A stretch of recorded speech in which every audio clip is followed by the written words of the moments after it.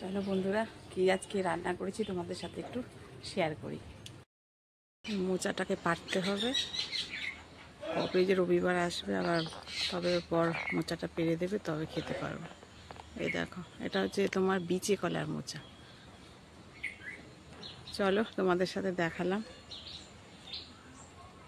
কোথায় কাঁঠালের মুচি হয়েছে দেখেছ? এ আমার পক্ষে পাড়া সম্ভব? কত উঁচুতে হয়েছে, এত উঁচু থেকে গাছ থেকে পারা যায়? দেখো, ইচ্ছে থাকলেও উপায় নেই।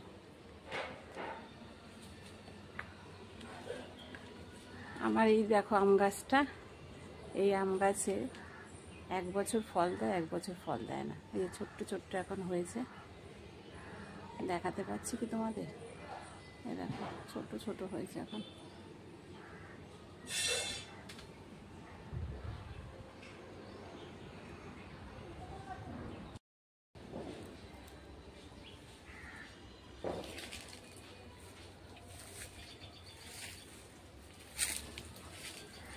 তো রোদ্দুর তোমাদের দেখাতেও পাচ্ছি না,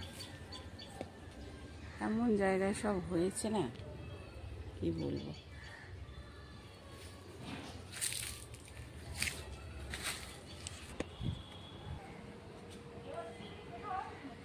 এই দেখো ছোট ছোট,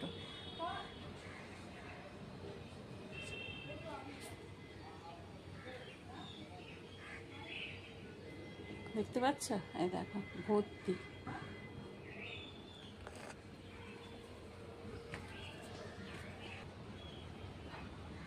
দেখো গাছে পুরো ভরা আমের আম এসেছে। এবার এত জানি না, পুরো হলে তো গাছ মনে ভেঙেই পড়বে। চলো কে কি রান্না করেছি একটু শেয়ার করি তোমাদের সাথে।